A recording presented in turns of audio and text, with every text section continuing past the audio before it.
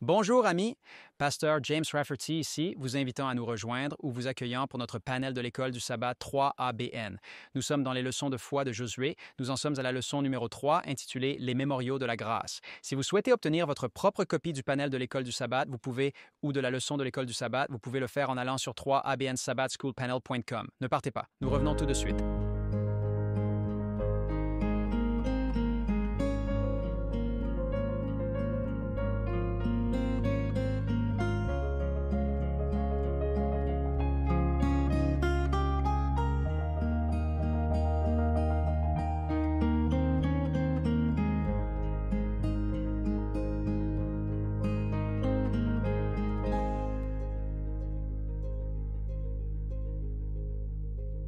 Bienvenue, amis, au panel de l'école du sabbat de 3ABN. Nous étudions des leçons de foi tirées du livre de Josué. Nous en sommes à la leçon numéro 3, les mémoriaux de la grâce. Tellement heureux que vous nous ayez rejoints, tellement reconnaissant pour vos prières, pour votre soutien financier à ce ministère et le travail qu'il accomplit pour porter l'Évangile dans le monde entier.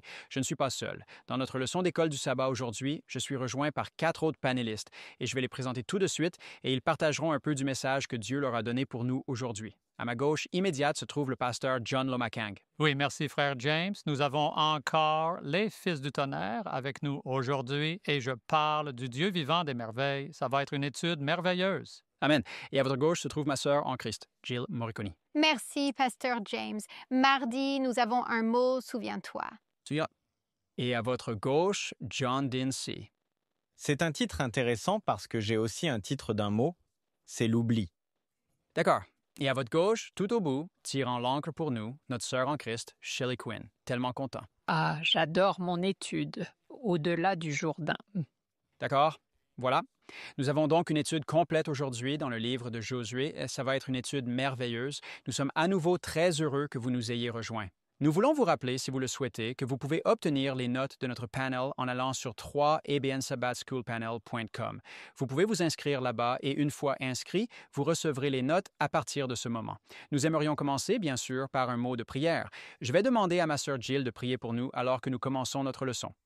Père Saint, nous venons devant toi au nom de Jésus. Et alors que nous ouvrons ta parole et découvrons les leçons que tu as pour nous dans le livre de Josué, voudrais-tu ouvrir nos esprits et nos cœurs pour recevoir ce que ton Saint-Esprit a pour nous? Nous te remercions au nom de Jésus. Amen. Amen. Amen. Donc, les mémoriaux de la grâce. Nous allons commencer par faire un petit aperçu de la leçon de cette semaine. Nous allons examiner Josué chapitre 3, ainsi que Nombre 14, Luc 18, Josué 4, Jean chapitre 14 et Hébreux chapitre 4. Nous allons examiner des versets sélectionnés là-bas.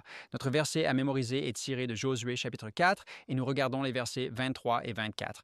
Lisons simplement ces versets. « Car l'Éternel, votre Dieu, a asséché les eaux du Jourdain devant vous jusqu'à ce que vous ayez traversé, comme l'Éternel, votre Dieu, l'a fait pour la mer Rouge, qu'il a asséché devant nous jusqu'à ce que nous ayons traversé. Afin que tous les peuples de la terre sachent que la main du Seigneur est puissante, que vous craignez le Seigneur votre Dieu pour toujours. Et vous devez vous rappeler, dans notre dernière leçon, nous avons parlé de comment cela a effectivement impacté les nations du monde. En fait, ils en parlaient tous. Rahab a dit aux 2 espions qui étaient là à Jéricho que le monde entier parlait des merveilles de leur Dieu. Et grâce à ce témoignage, elle-même a cru et toute sa maison a été sauvée lors de la destruction de Jéricho. Alors, en examinant cela, dans la leçon de dimanche, nous commençons par traverser le Jourdain. Et nous sommes introduits au chapitre 3 de Josué, versets 1 à 5, et au moment où l'Arche de l'Alliance est mentionnée. La leçon continue en disant « C'est la première fois que l'Arche de l'Alliance est mentionnée dans le livre de Josué. » Jusqu'à ce point, dans le récit de l'Ancien Testament, l'arche est apparue dans le contexte du sanctuaire, Exode 40, versets 20 et 1, dans le voyage d'Israël depuis le Sinaï, Nombre 10, 33 à 36, et lors de la tentative infructueuse de commencer la conquête de Canaan, Nombre 14, 44. C'était l'objet le plus sacré dans le sanctuaire israélite, et il contenait 3 objets en son sein. L'Arche de l'Alliance contenait 3 objets à l'intérieur exprimant la relation d'Israël avec Dieu. Numéro 1, les tables contenant les 10 commandements. Numéro 2, la verge d'Aaron, la verge qui a fleuri, le grand prêtre, Aaron, le grand prêtre. Et numéro 3, un pot de manne, selon Exode 16, verset 33 et Hébreux 9, verset 4. Alors, que représentaient ces objets? Les 10 commandements, la verge d'Aaron qui a fleuri et le pot de manne? Les 10 commandements, bien sûr, sont une révélation de la loi d'amour de Dieu. Nous voyons cela dans l'Ancien Testament ainsi que dans le Nouveau Testament. Ils étaient une transcription du caractère de Dieu, et la loi de Dieu était une expression de son image et de l'image dans laquelle il nous a créés. L'humanité a été créée à l'image de Dieu. Nous avons été faits pour refléter ou être des réflecteurs de l'amour de Dieu. Ainsi, la lumière de Dieu est un reflet de son amour. On a demandé à Jésus, quel est le grand commandement dans toute la loi?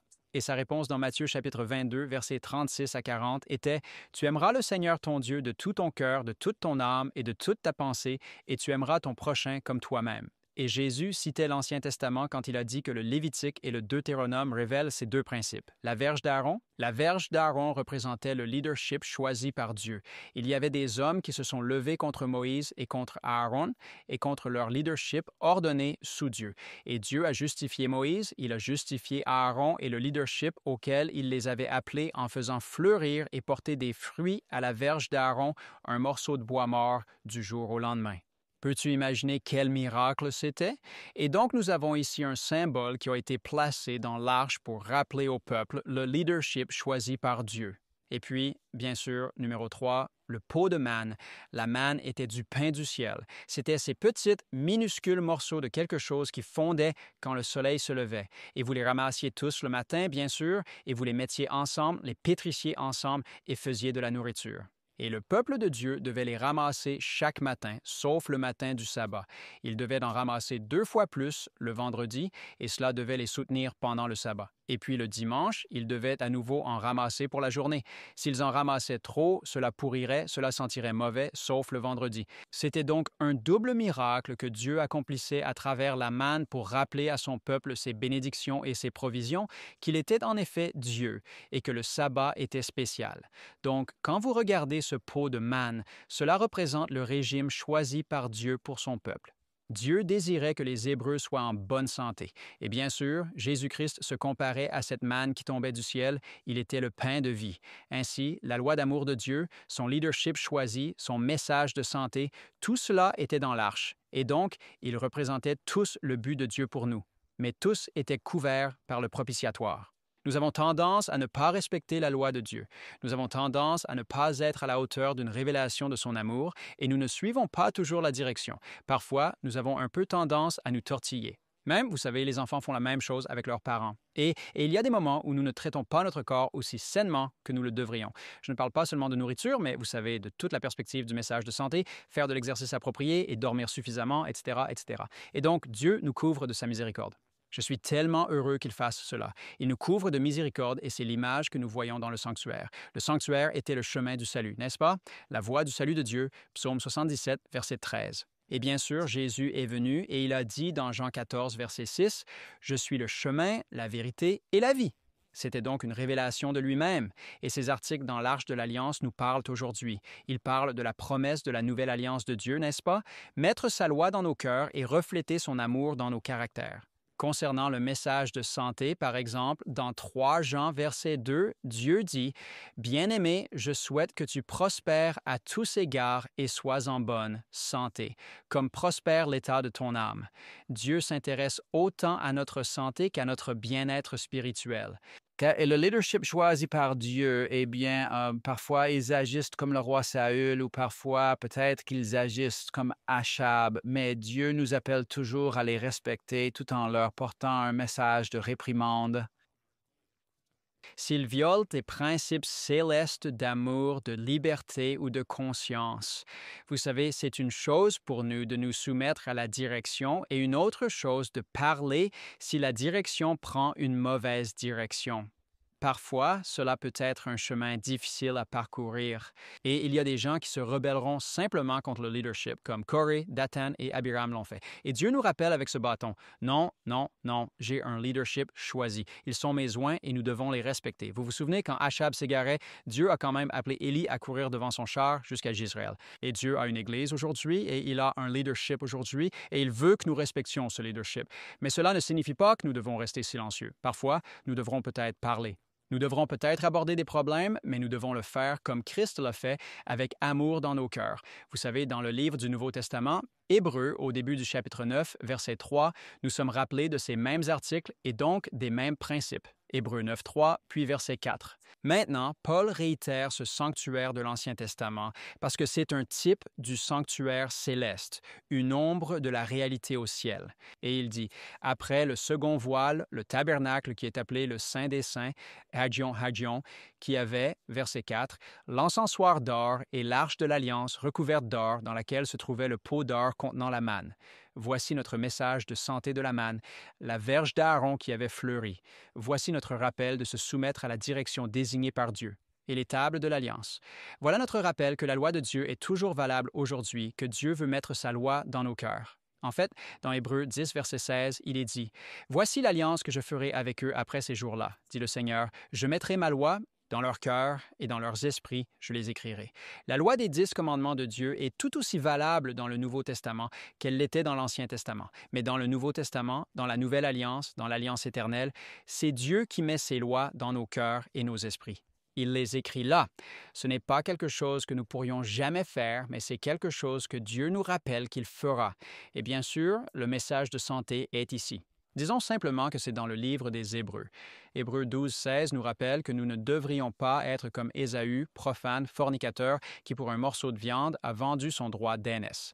En d'autres termes, Dieu ne veut pas que nous sacrifions le droit d'aînesse qu'il nous a donné en Jésus-Christ à cause de notre appétit, à cause de la nourriture. Il veut que nous suivions les principes du message de santé. Mais je veux que nous nous concentrions vraiment ici sur Hébreux chapitre 13, verset 17, parce que Dieu est... Paul rassemble tous ces principes dans ce livre ici. Hébreux chapitre 13, verset 17. Obéissez à ceux qui vous dirigent et soyez soumis, car ils veillent sur vos âmes comme devant en rendre compte, afin qu'ils le fassent avec joie et non en gémissant, ce qui ne vous serait d'aucun avantage. Ainsi, nous voyons ici, dans cette image de l'arche de l'Ancien Testament, que nous avons des principes, des objets, des symboles qui représentent des principes qui s'appliquent à nous dans le Nouveau Testament. La nouvelle loi de l'alliance de Dieu dans nos cœurs, le message de santé que Dieu nous a donné et bien sûr, l'importance de se rendre ou de se soumettre à la direction ordonnée par Dieu et d'en être responsable. Le trimestriel continue en disant « Le terme traduit par « sanctifié » dans Josué chapitre 3, verset 5 ou « consacré » se réfère à un processus de purification similaire à celui que les prêtres suivaient avant de commencer leur service dans le sanctuaire. Exode chapitre 28, verset 41 et Exode chapitre 29, verset 1, et ce que le peuple d'Israël a accompli avant la révélation de Dieu au Sinaï, Exode chapitre 19, verset 10 et Exode chapitre 19, verset 14. Cette consécration ou sanctification impliquait de mettre de côté le péché et d'éliminer toutes les impuretés rituelles. Le même commandement apparaît dans Nombre chapitre 11, verset 18, en relation avec un miracle imminent de Dieu, comme préparation, en relation avec un miracle imminent de Dieu. Une telle préparation était également requise avant les batailles menées à la guerre. Avant que Dieu puisse combattre pour Israël dans la bataille, ils doivent montrer leur allégeance envers lui et lui faire confiance en tant que leur commandant. Ainsi, nous rassemblons tout cela, Josué chapitre 1, versets 1 à 5, et nous voyons qu'aujourd'hui, Dieu nous appelle à nous abandonner à lui, nous appelant à le laisser nous sanctifier par sa grâce. Mémorieux de la grâce. Il veut mettre sa loi dans nos cœurs. Il veut que nous nous soumettions à sa direction ordonnée. Il veut que nous suivions les principes du message de santé qu'il nous a donné afin qu'il puisse combattre pour nous. Notre appel est à la soumission et il combattra nos batailles alors que nous lui sommes soumis. Amen. Merci beaucoup, James. Maintenant, nous passons au Dieu des merveilles ici dans la leçon de lundi. Le Dieu vivant des merveilles, pas seulement le Dieu, mais le Dieu vivant des merveilles. Je vais commencer par un passage dans le livre de Jérémie 32, parce que Dieu n'a pas cessé de faire des merveilles. Ces merveilles ne cessent jamais, disent les Écritures. Mais j'aime cela parce que cela nous guide et nous aide à comprendre ce que nous allons lire dans le livre de Josué. Jérémie 32, 17. Ah, Seigneur Dieu, voici, tu as fait les cieux et la terre par ta grande puissance. On dirait une chanson, n'est-ce pas? Oui, ah, Seigneur Dieu, je vais vous dire, le reste appartient à l'histoire. Par ta grande puissance et ton bras étendu, il n'y a... Combien? Rien. Rien de trop difficile pour vous. Maintenant, c'était un point de référence merveilleux lorsque les nations environnantes ont entendu parler du Dieu d'Israël. Nous avons parlé de cela comme Rahab et les Gabaonites, et les autres nations avaient décidé, pouvons-nous les vaincre? Eh bien, vous savez, réfléchissons encore. Le Dieu des merveilles n'a jamais cessé de se manifester lors de ce voyage dans le désert. Maintenant, regardons le parallèle. Nous sommes dans le voyage du désert maintenant. Nous sommes en route vers notre Canaan céleste, pour ainsi dire. Le même Dieu qui a accompli les miracles pour ses enfants à l'époque est le même Dieu qui veut faire la même chose aujourd'hui.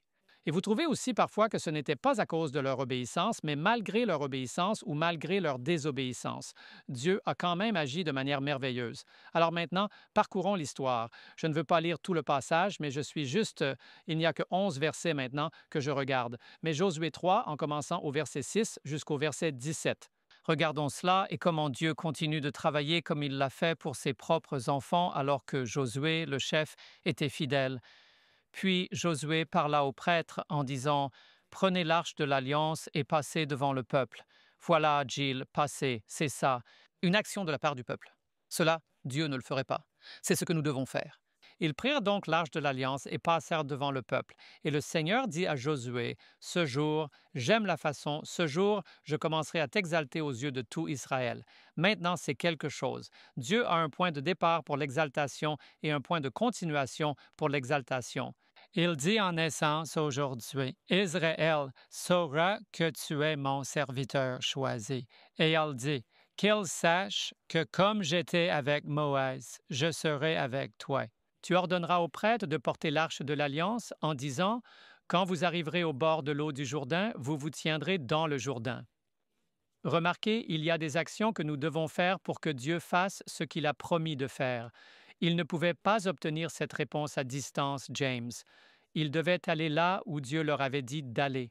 Donc, si vous restez immobile en attendant que Dieu agisse et qu'il dit « Attends, va au bord de ton Jourdain », il ne va pas agir tant que vous n'y serez pas. Il y a des moments où nous devons rester immobiles et voir le salut comme Moïse l'a dit aux Israélites. Mais maintenant, Josué dit aux prêtres « Allez au bord du Jourdain ». Regardez le verset 9. Alors Josué dit aux enfants d'Israël « Venez ici et écoutez les paroles du Seigneur votre Dieu. » Et Josué dit, « Par ceci vous saurez que le Dieu vivant est parmi vous, et qu'il chassera sans faute devant vous les Cananéens, les Hittites, les Hivites, les Périzites, les Girgashites, les Amoréens et les Jébusiens. Voici l'arche de l'alliance du Seigneur de toute la terre traverse devant vous dans le Jourdain. Maintenant donc, voici ce que nous devons faire. » Prenez pour vous 12 hommes parmi les tribus d'Israël, un homme pour chaque tribu. Et il arrivera que dès que les plantes des pieds des prêtres qui portent l'arche du Seigneur de toute la terre se poseront dans les eaux du Jourdain, les eaux du Jourdain seront coupées, les eaux qui descendent d'Amon. C'est le Dieu vivant des merveilles. Pouvons-nous dire à cela? Amen. Vraiment, Dieu agit. Et il dit, quel verset suis-je? Je viens de perdre ma place ici. La fin de 13. Et maintenant, verset 14.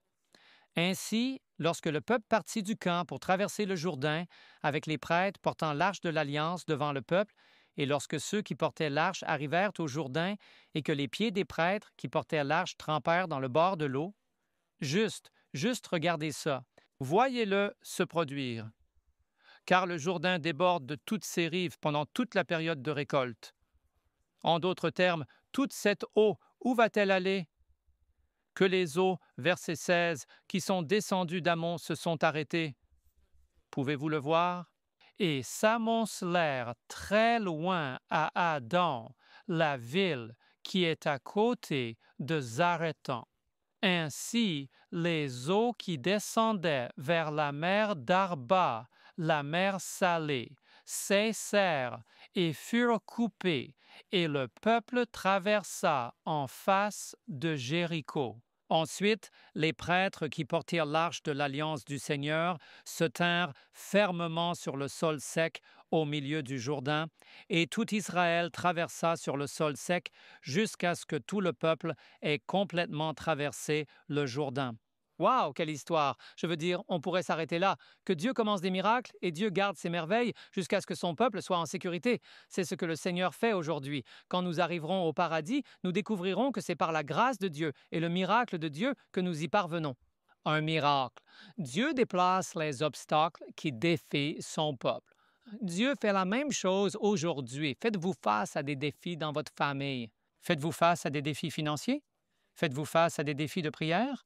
Avez-vous l'impression que Dieu n'entend pas vos prières? Il se peut que vous restiez simplement immobile et que le Seigneur vous dise « Avancez par la foi. J'ouvrirai cette porte quand vous y arriverez. Je vous donnerai le travail quand vous irez le chercher. Je te trouverai le bon conjoint quand tu commenceras à prier et à me demander de t'envoyer cette personne. » Tu vois, il y a des moments où nous pourrions rester immobiles, mais d'autres fois, Dieu exige de nous que nous fassions quelque chose. Tu dois plonger dans les promesses de Dieu avec ton cœur plein de foi. Tu dois plonger dans le Jourdain de ta propre vie pour voir Dieu séparer ses eaux, et tu traverseras et tu regarderas en arrière sur cette expérience et tu te diras « Comment Dieu a-t-il déplacé toute cette eau? » Comment Dieu a-t-il déplacé toutes ces circonstances et tout arrangé en ma faveur? Comment a-t-il fait cela? Il est le Dieu vivant des merveilles. Que pouvons-nous dire de lui? Il est le même hier, aujourd'hui et pour toujours. Il n'a pas changé. Et donc, Jill, il y a tellement de choses dans cette leçon. Je te dis, on pourrait y passer une journée. Nous pourrions couvrir 50 minutes. Ai-je raison, Shelley? Nous pourrions prendre toutes les 50 minutes rien que pour notre journée. Mais comme nous n'avons pas cette option, je veux souligner quelques passages des Écritures qui montrent à quel point la responsabilité de Dieu d'être le Dieu des merveilles est belle. Maintenant, cette responsabilité, j'utilise le mot, il n'est pas obligé, mais son amour envers nous et sa grâce envers nous sont si grands qu'il le fait parce qu'il a fait une promesse. Je ne vais pas seulement te faire sortir d'Égypte, je vais te faire entrer à Canaan. Il ne nous sort pas seulement de là où nous étions et nous guide là où nous sommes, mais il nous amène là où nous allons être. C'est le Dieu de grâce et de merveille. Psaume 72, verset 18. Regardons certains de ces points. Je ne les ai pas numérotés, donc nous les suivrons au fur et à mesure que je vous les révèle. Vous voyez, la traversée du Jourdain est une description de la façon dont Dieu accomplit des miracles, non seulement devant nous, mais parfois malgré nos actions. Psaume 72, verset 18. Dieu démontre son unicité. Maintenant, j'aime ça. Béni soit le Seigneur Dieu, le Dieu d'Israël. Et regardez ceci, qui seul fait des merveilles. Maintenant, cela m'étonne toujours. Les gens prirent le bois, la pierre, les briques et le plâtre, et la liste continue des choses qui ont des yeux mais ne peuvent pas voir, des choses qui ont des oreilles mais ne peuvent pas entendre, et des millions de personnes sincères prirent des idoles, espérant obtenir une réponse, un peu comme ils l'ont fait sur le mont Carmel sans réponse. Mais le Dieu des merveilles attend que vous le cherchiez, et la Bible dit, parce qu'il est le Dieu qui ne fait que des choses merveilleuses, regardez le psaume 426, verset 10, « Car tu es grand et tu fais des choses merveilleuses, et j'aime cela, toi seul es Dieu. N'est-ce pas agréable? » Vous cherchez Dieu? Vous seul êtes Dieu. Laissez-moi vous montrer mon Dieu, vous seul. C'est pourquoi les Gabaonites et Rahab et toutes les autres nations qui ont décidé de se dresser contre eux ont dit « Attendez une minute, qui est de leur côté? Ah, souvenez-vous d'Élisée? Oh, tu ne vois pas les anges? Seigneur, ouvre ses yeux. » Dieu fait toujours des choses merveilleuses pour nous rappeler que comme il l'a fait pour Moïse, il l'a fait pour Josué, mais voici la bonne nouvelle. Il le fait aussi pour nous. Regardez Psaume 9, verset 1. Les Ismaélites méditaient aussi sur les actes de Dieu et remarquez ce qu'ils ont fait. Psaume 9, verset 1. « Je te louerai, Seigneur, de tout mon cœur, je raconterai toutes tes merveilles. » Ce sont des personnes qui ne sont pas nécessairement des partisans directs de l'adoration de Dieu, mais qui regardent l'œuvre miraculeuse de Dieu et disent « Je dois te louer aussi. » Voici Psaume 96, verset 3, encore quelques-uns. Déclarer sa gloire parmi les nations, ses merveilles parmi tous les peuples. Maintenant, je veux m'arrêter ici avant mes 2 derniers points, avant de continuer, c'est que Dieu ne veut pas seulement faire quelque chose pour nous, mais il veut que vous disiez aux autres ce que Dieu a fait pour vous, afin que ceux qui ne connaissent pas Dieu puissent dire « Eh bien, peut-être que la raison pour laquelle ma vie n'est pas aussi bénie que la vôtre est parce que je n'ai pas choisi le Dieu que vous avez choisi de servir. » Ce qui m'amène maintenant à Exode 3.20 dit « Je vais étendre ma main et frapper l'Égypte avec toutes mes merveilles que je ferai en son sein. Ensuite, il te laissera partir. » Dieu fait toujours des merveilles, non seulement pour nous impressionner et nous bénir miraculeusement, mais aussi pour briser les liens que nos ennemis ont sur nous. Le Dieu vivant des merveilles. Amen. Amen. Louez Dieu. Louez Dieu. Je veux juste vous rappeler d'une bas par terre. Nous revenons tout de suite. Nous allons regarder un moment de mission. Bonjour, je suis Greg Morricone. Je suis très heureux que vous m'ayez rejoint pour le 3 ABN Mission Moment. Jesse a donné sa vie à Jésus à l'adolescence, mais la vie est devenue difficile lorsqu'il a commencé à lutter contre la dépression et l'anxiété. Il se demandait pourquoi il se sentait ainsi.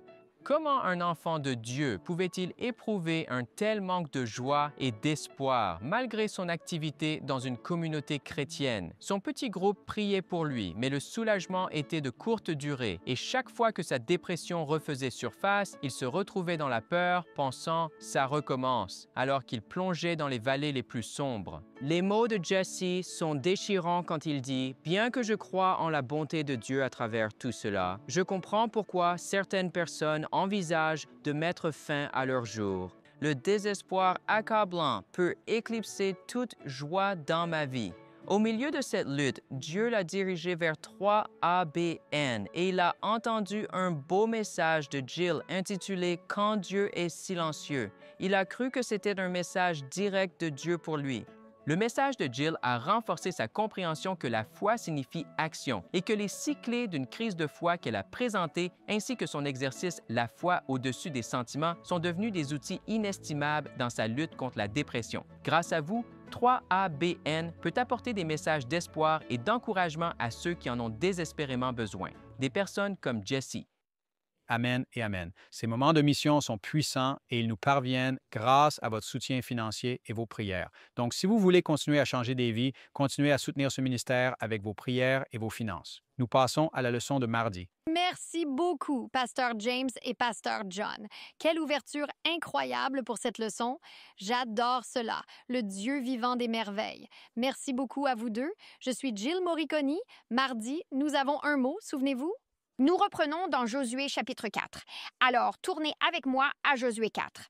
Nous avons 19 versets. Nous n'allons pas tous les lire, mais nous reprenons juste après qu'ils ont traversé le Jourdain et nous avons 6 leçons à tirer de notre passage ici. Donc, nous reprenons après le miracle. Nous sommes dans Josué 4, verset 1. Et il arriva, lorsque tout le peuple eut complètement traversé, voici notre mot, traverser le Jourdain, que le Seigneur parla à Josué en disant. Première leçon à retenir, parfois la délivrance précède la leçon. Le chapitre 4 de Josué concerne entièrement la leçon. Il s'agit de la leçon sur ce que Dieu a fait dans leur vie, ce mémorial que Dieu les appelle à ériger pour leur enseigner, à eux et à leurs enfants, ce que Dieu a fait. Mais avant de pouvoir parler, avant que la leçon ne soit donnée, la délivrance doit avoir lieu. Vous savez, parfois nous essayons d'enseigner aux gens alors qu'ils n'ont même pas trouvé Jésus. Parfois, nous luttons. Nous luttons contre le péché, luttons contre l'addiction. Nous ne sommes pas prêts à entendre la parole de Dieu. Nous ne sommes pas prêts à apprendre les doctrines. Nous devons découvrir Jésus. Nous avons besoin de vivre notre expérience du Jourdain. Cette expérience de traverser, de rencontrer le Dieu vivant des merveilles. Ils ont traversé le fleuve Jourdain, Dieu a donné le miracle, puis la leçon et le rappel sont venus. Regardons les versets 2 et 3. Nous voyons ici ce leadership tribal et cette représentation. Verset 2. Prenez pour vous 12 hommes parmi le peuple, un homme de chaque tribu, et ordonnez-leur en disant, prenez pour vous 12 pierres d'ici, du milieu du Jourdain, de l'endroit où les pieds des prêtres se sont tenus fermes. Vous les emporterez avec vous et les déposerez à l'endroit où vous passerez la nuit ce soir. Deuxième point à retenir, celui-ci est très simple. Tout le monde est impliqué. J'aime ça. Vous voyez, ils avaient un chef de chaque tribu. Un représentant de chacune des 12 tribus était présent. Chacun des chefs de tribu, pour ainsi dire, devait prendre une des pierres commémoratives. Chaque chef représentait le peuple de cette tribu. Par conséquent, aucune des tribus n'était laissée de côté. Tout le monde était représenté dans cela. Personne n'est oublié dans la délivrance de Dieu, Pasteur Johnny. Personne n'est oublié dans le plan de Dieu. Tous ont une part dans le miracle. Tous ont une part dans le souvenir de cette délivrance et de ce que Dieu a fait. Parlons du signe. Nous sommes dans les versets 4 à 6. Alors Josué appela les 12 hommes qu'il avait désignés parmi les enfants d'Israël, un homme de chaque tribu. Et Josué leur dit, « Passez devant l'arche du Seigneur votre Dieu au milieu du Jourdain, et chacun de vous prendra une pierre sur son épaule selon le nombre des tribus des enfants d'Israël, afin que cela soit un... » Quel est ce mot? Un signe parmi vous lorsque vos enfants demanderont un jour, « Que signifient ces pierres pour vous? » Nous allons donc nous concentrer sur ce mot signe. Cela sera un signe pour vous. Le mot hébreu OTH signifie signe, symbole, marque ou même miracle. Le même mot hébreu est utilisé dans Genèse chapitre 4 verset 15. Quand le Seigneur a mis une marque sur Caïn, c'était un signe. Genèse 9, 12. Le même mot hébreu utilisé. L'arc-en-ciel devait être un signe de l'alliance. Le même mot hébreu utilisé dans Genèse 17, 11. La circoncision, Shéli, devait être un signe de l'alliance. Le même mot utilisé dans Exode 7, 3. Les plaies devaient être un signe, pasteur John, du miracle de Dieu. Le même mot utilisé dans Exode 12, 13, le sang sur les poteaux de porte. Vous vous souvenez? Cette nuit de Pâques, quand les premiers-nés furent tués là en Égypte, le sang sur les poteaux de porte était un signe de la protection de Dieu, qu'ils seraient épargnés. Exode 31, 13, le même mot utilisé, le sabbat est un signe que notre Dieu est celui qui nous sanctifie. Et le même mot utilisé quelques versets plus tard, Exode 31, 17, le sabbat est aussi un signe de la création de Dieu. Alors, qu'est-ce que tout cela signifie pour nous? Conclusion numéro 3. Les signes sont une manifestation extérieure d'un changement intérieur. Vous voyez, la marque sur Caïn était juste un signe extérieur d'une décision intérieure qu'il avait prise de marcher contre Dieu. L'arc-en-ciel est un signe extérieur de la promesse de Dieu à l'humanité. La circoncision était un signe extérieur pour Abraham et ses descendants que Dieu l'avait déjà justifié par la foi et qu'il avait reçu la justice par la foi et marchait en alliance avec Dieu. Le sang sur le linteau est un signe extérieur que Dieu avait sauvé son peuple. Le sabbat est un signe extérieur que Dieu est en train de sanctifier et de recréer son peuple à son image, qu'il nous rachète et nous libère de l'esclavage et que nous pouvons nous reposer dans ce qu'il est, a fait et fait pour nous. Ainsi, les pierres étaient un signe extérieur que Dieu avait délivré son peuple et qu'il allait continuer. Regardons le verset 7.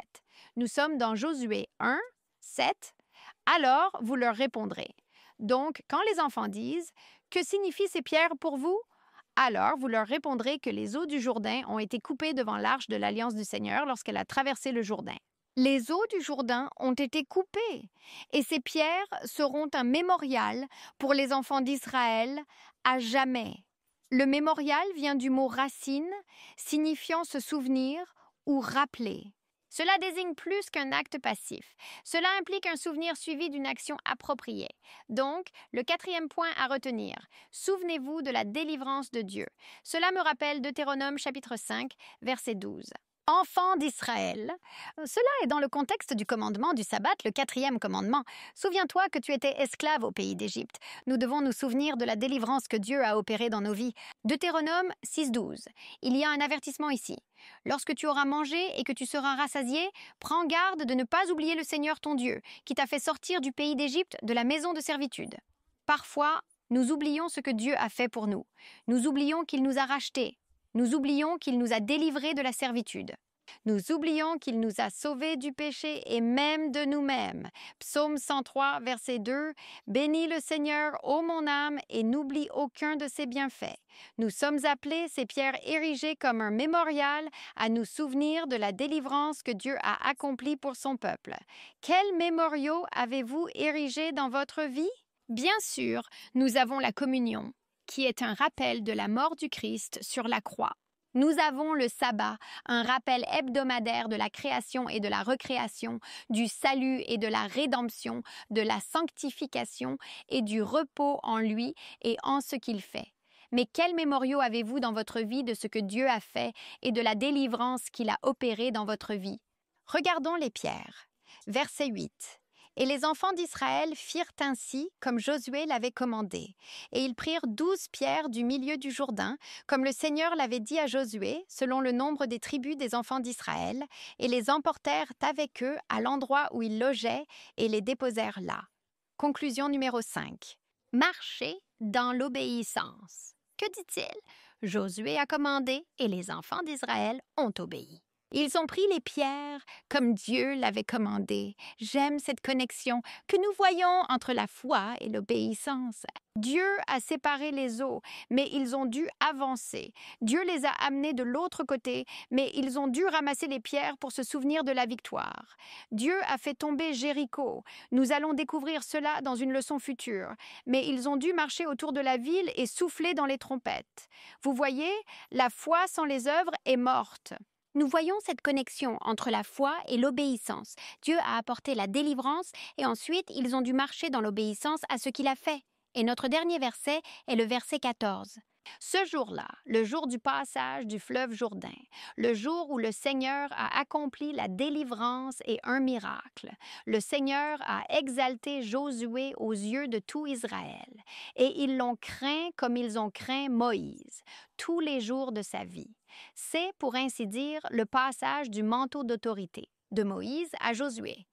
Maintenant, le peuple respecte Josué et le peuple se tourne vers lui. Conclusion 6. Le Seigneur élève les gens et le Seigneur peut les abaisser. Vous voyez, Josué ne s'est pas exalté aux yeux de tout Israël. Le Seigneur a exalté Josué aux yeux de tout Israël. Il ne s'est pas exalté lui-même. Le Seigneur en était responsable. Cela me rappelle Daniel 2, verset 21, comment Dieu établit des rois et renverse des rois. Parce que notre Dieu est souverain et notre Dieu règne sur tout. Et Dieu est celui qui installe les dirigeants, et Dieu est celui qui peut les destituer. Nous pouvons mettre notre confiance et notre assurance dans le Seigneur. Amen, amen. Quelle bénédiction. Merci beaucoup. Et maintenant, nous sommes à la partie du mercredi de la leçon. Et c'est encore, comme je l'ai dit auparavant, un mot, l'oubli. Mais pourquoi? Vous savez, certains d'entre nous peuvent oublier des anniversaires, certains d'entre nous peuvent oublier un rendez-vous, certains d'entre nous peuvent oublier leur portefeuille à la maison. Certaines personnes oublient leur téléphone portable et doivent soudainement rentrer chez elles pour le récupérer. Donc, cela semble être quelque chose qui arrive aux humains. Vous savez, je voyais des gens avec leurs lunettes ici et dire « Quelqu'un a vu mes lunettes ». Et j'étais comme Comment est-ce possible? Jusqu'à ce que je commence à porter des lunettes. Et un jour, parce que je ne fais ça que 2 ou 3 fois par an, un jour, j'ai mes lunettes ici. J'ai demandé à ma femme, as-tu vu mes lunettes? Oui, je les regarde. Où sont-ils? Juste là, sur ta tête. Et donc, cela pourrait nous arriver. Mais regardons ce qui est arrivé au peuple d'Israël. Nous commençons dans Josué chapitre 4, verset 20. Et ces 12 pierres qu'ils ont prises du Jourdain, Josué les dressa à Gilgal. Puis il parla aux enfants d'Israël en disant, « Quand vos enfants demanderont à leur père dans l'avenir en disant, « Que sont ces pierres? » Alors vous ferez savoir à vos enfants en disant, « Israël a traversé ce Jourdain à pied sec, car le Seigneur votre Dieu a asséché les eaux du Jourdain devant vous jusqu'à ce que vous ayez traversé, comme le Seigneur votre Dieu l'a fait pour la mer Rouge, qu'il a asséché devant nous jusqu'à ce que nous ayons traversé. » Très intéressant. Nous y reviendrons. Et il est dit ici au verset 24 que tous les peuples de la terre, non seulement le peuple d'Israël, de la terre, puissent connaître la main du Seigneur, qu'elle est puissante, afin que vous craigniez le Seigneur, votre Dieu. Combien de temps? Pour toujours. Pour toujours. Oh, est-ce que le peuple d'Israël s'est souvenu du Seigneur pour toujours? Ont-ils craint le Seigneur pour toujours? La leçon nous emmène dans un verset triste dans Juges chapitre 3, verset 7. Il dit, Ainsi, les enfants d'Israël firent le mal aux yeux du Seigneur. Ils oublièrent le Seigneur leur Dieu et servirent les Baals et les Ashéroth. Et alors quoi? Qu'est-ce qui se passe ici? Il dit, ils ont oublié leur Seigneur. Ce mot pour Dieu qui est un mot hébreu, sakar, que vous oublierez dans environ 3 minutes. Ce mot signifie oublier, ignorer, mais il signifie aussi cesser de se soucier. Et cela semble être ce qui est arrivé au peuple d'Israël. Car comment peuvent-ils oublier le Seigneur après tout ce qu'il avait fait pour eux? Eh bien, il y a le sacrifice du matin et du soir. Eh bien, il y a un tabernacle en plein milieu du camp. Ils avaient gardé le jour du sabbat pour le sanctifier. Ils avaient les différents jours de fête. Différentes choses entourant leur vie quotidienne étaient un rappel constant du Seigneur. Donc, c'est plutôt un choix d'oublier le Seigneur ou de cesser de se soucier du Seigneur parce qu'ils ont fait le choix, en fait, de servir les Baals. Et quand vous parlez de servir une idole, comment pouvez-vous remplacer le Dieu vivant par une idole? Et donc, cela nous dit que c'est une chose dangereuse, dangereuse. Et donc, ce qui est arrivé au peuple d'Israël peut nous arriver.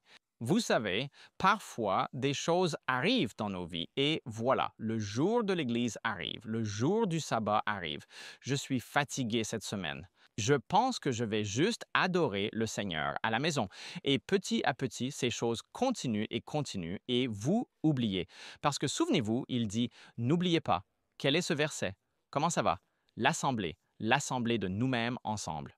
Et donc, petit à petit, nous pouvons laisser ces choses de côté et nous cessons de nous soucier d'être avec le peuple de Dieu ensemble, à adorer le Seigneur. Remarquez quand ils se sont souvenus du Seigneur.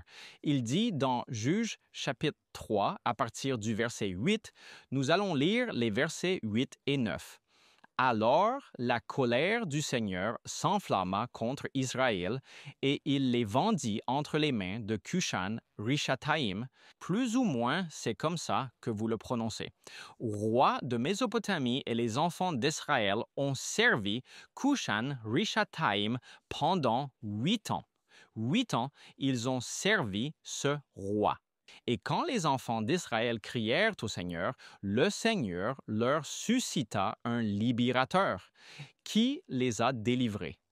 Othniel, fils de Kenaz, le frère cadet de Caleb.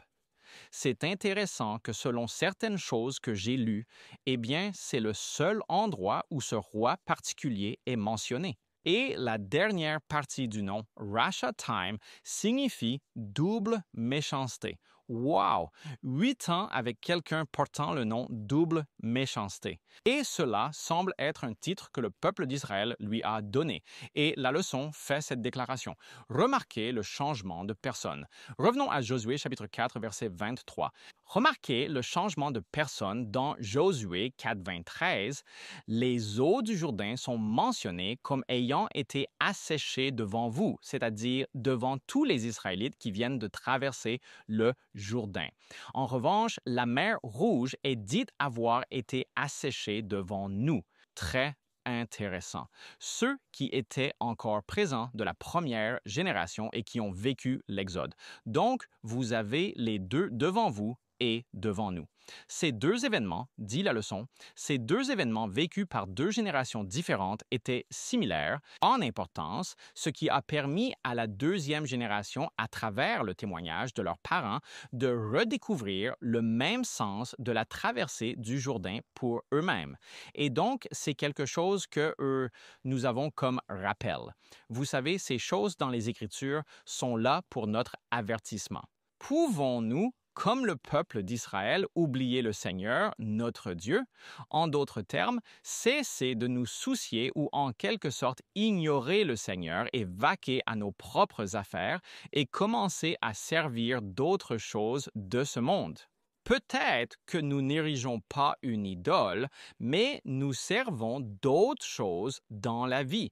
Dans 1 Corinthiens 11, 24 à 25, nous avons quelque chose qui est un rappel pour nous. Première épître aux Corinthiens, chapitre 11, verset 24, il dit « Et après avoir rendu grâce, il a rompu et a dit « Prenez, mangez, ceci est mon corps qui est rompu pour vous. » Faites ceci en mémoire de moi. Cela parle de Jésus et il a dit « Faites ceci en mémoire de moi ». Verset 25. De la même manière, il prit aussi la coupe après le souper en disant « Cette coupe est la nouvelle alliance en mon sang. Faites ceci toutes les fois que vous en boirez en mémoire de moi. » Malheureusement, nous ne le faisons pas. La plupart des gens ne le font pas. Cela parle bien sûr du service de communion que certaines personnes appellent la scène du Seigneur. Et parfois, quand c'est mis dans le bulletin ou annoncé, la semaine prochaine, nous aurons le service de communion. D'une manière ou d'une autre, pour une raison quelconque, certaines personnes vont ailleurs ou restent chez elles. Pourquoi? Je ne sais pas si c'est le lavage des pieds ou s'ils n'aiment pas ce petit morceau de pain ou le jus lui-même. Pour une raison quelconque, l'ensemble ne plaît pas à certaines personnes. Et pourtant, Jésus a dit de faire cela en mémoire de moi. C'est quelque chose qui nous aidera à nous souvenir de Jésus. Parce que, vous savez, si nous ne nous souvenons pas de ce que Jésus a fait pour nous, nous risquons d'ignorer Dieu ou de cesser de nous soucier de lui, compte tenu de tout ce qu'il a fait pour nous. Il y a une bénédiction qui nous est mentionnée dans Jean 14, verset 27, ou verset 26 en fait. Il dit « Jésus parlant, mais le Consolateur, le Saint-Esprit ». J'aime la façon dont c'est dans la version King James. Je le lis dans la version New King James. Il est dit « mais le Consolateur ». Mais il est dit ici dans la nouvelle version King James « mais le Consolateur, le Saint-Esprit, que le Père enverra en mon nom, il vous enseignera toutes choses et vous rappellera tout ce que je vous ai dit. » Donc, cette idée de souvenir est très importante. Le titre de la leçon est « L'oubli ». Ne tombons pas dans cette catégorie. J'aime l'autre titre, « Se souvenir ». Se souvenir. Je vais vous lire un extrait de la leçon. C'est une citation très puissante que l'auteur a choisi d'inclure ici. Et je vais juste lire ce qui est écrit ici. Il dit « Ellen G. White comprenait clairement que sans nous guider constamment à la lumière des actes passés de Dieu et de sa révélation, nous perdrons sûrement la motivation de mener à bien notre mission à l'avenir. » Et remarquez la citation de patriarches et prophètes. Non, en fait, c'est dans Esquisse de la vie d'Ellen G. White, page 176. Il dit « Nous n'avons rien à craindre pour l'avenir, sauf si nous oublions la manière dont le Seigneur nous a conduits et son enseignement dans notre histoire passée. Alors, souvenons-nous des choses que le Seigneur a faites pour nous. Ne soyons pas oublieux. » Amen. Cesser de se soucier, c'est l'apathie. Et l'apathie est une affection cardiaque dangereuse. Je suis Shelley Quinn et j'ai la leçon de jeudi au-delà du Jourdain. Vous savez, la mer Rouge et le fleuve Jourdain, les deux traversées ont eu une grande signification dans « Il y a eu des changements monumentaux dans l'histoire et le statut d'Israël ». Dans Exode 14, versets 21 à 22, la traversée de la mer Rouge a libéré Israël de l'esclavage. Cela les a séparés de l'impuissance et de l'esclavage et les a rachetés pour la liberté.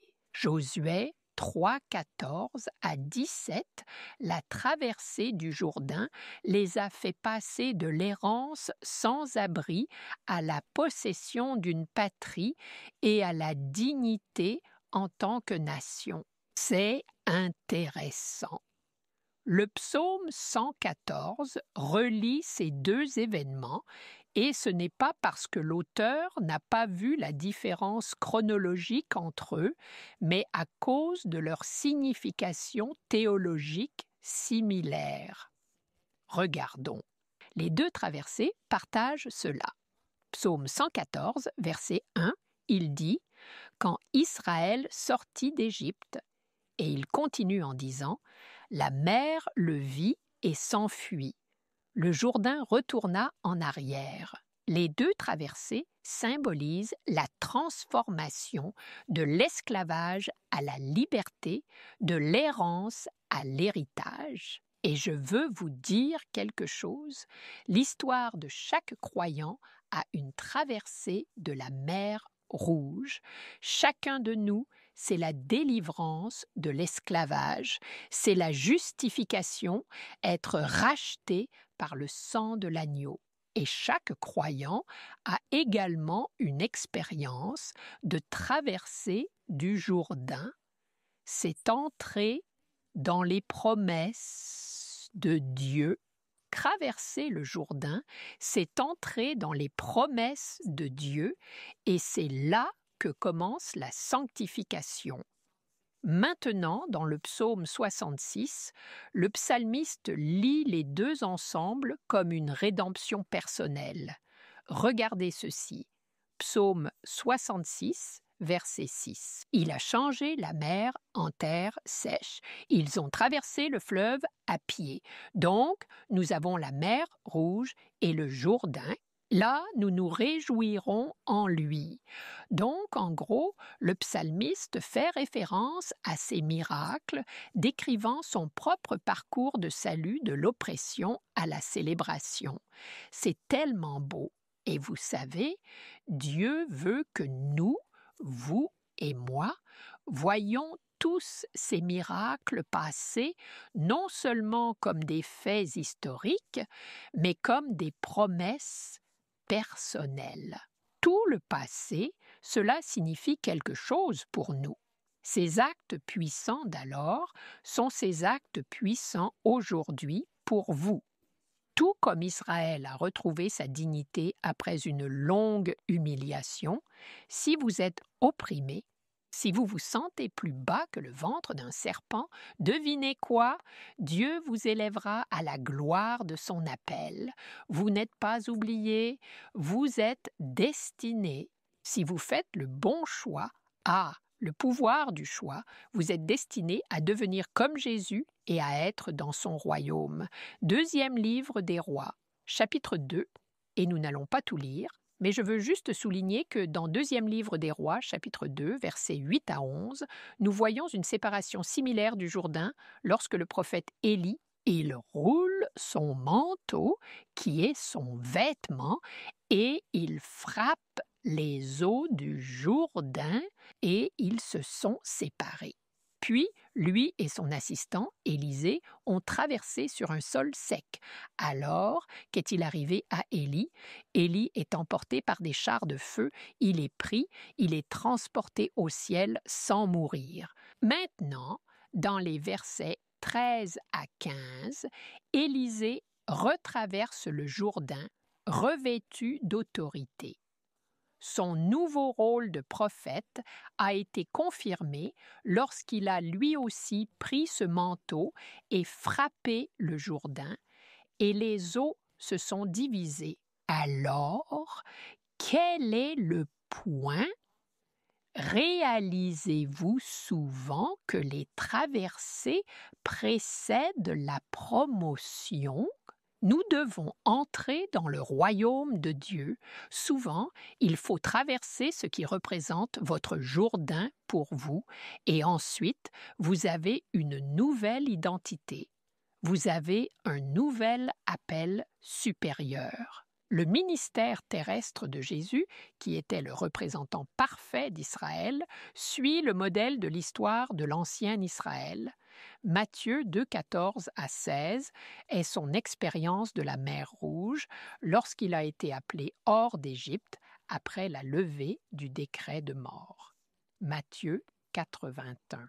Il a passé 40 jours dans le désert, comparez cela aux 40 ans qu'Israël a passé dans le désert. Et dans Matthieu chapitre 4, verset 12, et aussi dans Marc chapitre 1, verset 9, parfait représentant Jésus-Christ à sa propre expérience du Jourdain. Son moment, Marc chapitre 1, verset 9, dit « Il arriva en ces jours-là que Jésus vint de Nazareth en Galilée, et il fut baptisé par Jean dans le fleuve Jourdain.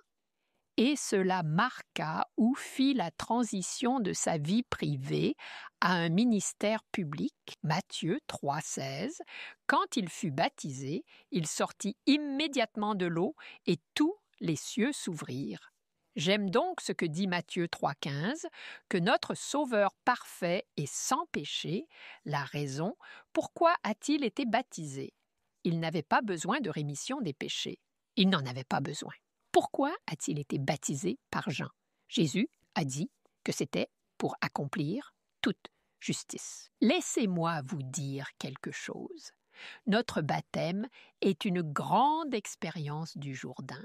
C'est lorsque nous reconnaissons que nous mourrons à nous-mêmes, que nous sommes enterrés avec Christ, puis ressuscités à une nouvelle vie en Christ Jésus. Voici ce que dit notre guide d'étude. Hébreux 3 et 4 reconnaissent la signification symbolique de la traversée du Jourdain.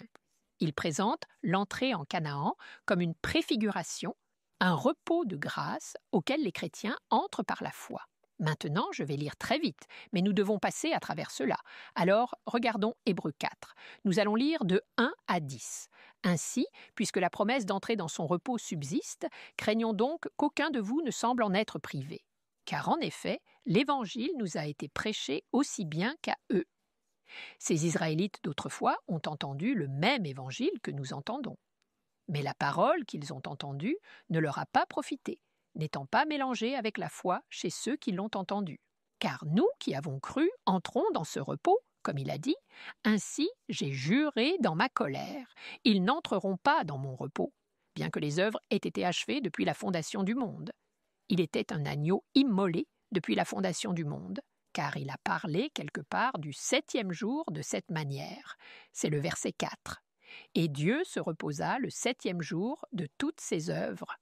Maintenant, gardez cette pensée à l'esprit parce que nous devons lire les choses dans leur contexte. L'auteur va revenir et nous allons voir qu'il se réfère à ce verset 4, le 7e jour. Il dit « Encore une fois, en ce lieu, ils n'entreront pas dans mon repos. » Par conséquent, puisqu'il reste que certains doivent y entrer et que ceux à qui cela a été d'abord prêché n'y sont pas entrés à cause de la désobéissance, de nouveau, il désigne un certain jour en disant dans David « Aujourd'hui, après un si long temps comme il a été dit, aujourd'hui, si vous entendez sa voix, n'endurcissez pas vos cœurs, car si Josué leur avait donné le repos, alors il n'aurait pas parlé ensuite d'un autre jour. » Maintenant, verset 9. Hébreux chapitre 4, verset 9. Il reste donc un repos pour le peuple de Dieu. C'est un mot différent, un mot grec pour repos. C'est la seule fois qu'il est utilisé dans le Nouveau Testament et le mot est sabbatismos, qui signifie littéralement une observance du sabbat. Il reste donc un repos sabbatique. Il attire l'attention sur le verset 4, ce 7e jour. Et puis, au verset 10, il dit « Car celui qui est entré dans son repos s'est aussi reposé de ses œuvres, comme Dieu l'a fait des siennes. » Amen. Amen. Merci, Shelley. Puissant, puissant. Il nous reste quelques minutes pour quelques réflexions finales. Quand nous pensons au Dieu vivant de merveille, le passage qui me vient à l'esprit est Ésaïe 46:9. Souvenez-vous des choses passées d'autrefois, souvenez-vous. Car je suis Dieu et il n'y en a pas d'autre. Je suis Dieu et il n'y en a pas comme moi. Je vous invite à venir connaître qui est ce Dieu afin que vous puissiez expérimenter le Dieu vivant des merveilles dans votre vie. Quand nous parlons de ce souvenir, je veux juste vous encourager à regarder en arrière ces jalons. Ces expériences de la rivière Jourdain dans votre passé, voyez ce que Dieu a fait. Souvenez-vous et sachez que cela donne de l'espoir et de la confiance pour l'avenir. Amen. Amen. Si vous voulez éviter d'oublier, nous devrions faire Luc 9, 23. Si quelqu'un veut venir après moi, qu'il renonce à lui-même, qu'il prenne sa croix chaque jour et qu'il me suive. Jésus vous invite à le suivre chaque jour. Traverser le Jourdain, au-delà du Jourdain. Ce n'est pas juste une destination, il s'agit d'une relation de confiance et je veux vous dire quelque chose. Dieu sépare encore les eaux. Dieu vous appelle aujourd'hui à entrer dans votre expérience du Jourdain, à vivre le beau repos spirituel du sabbat. Il vous appelle à ses promesses. Amen. Amen. Ainsi, nous avons appris que parfois, Dieu nous appelle à aller jusqu'au bout de ce que nous pouvons faire et que la délivrance vient en premier. Et oublier le Seigneur commence par cesser de se soucier. Et les miracles passés de Dieu sont des promesses que nous devons parfois traverser le Jourdain pour trouver notre nouvelle identité. La semaine prochaine, nous allons examiner le conflit derrière tous les conflits. Nous voulons vous encourager à nous rejoindre la semaine prochaine alors que nous continuons cette étude dans le livre de Josué. Prions ensemble. Père Céleste, merci beaucoup pour les idées, les pensées, les vérités que tu nous as données. Bénis chacun qui a écouté ce message. Nous prions au nom de Jésus. Amen.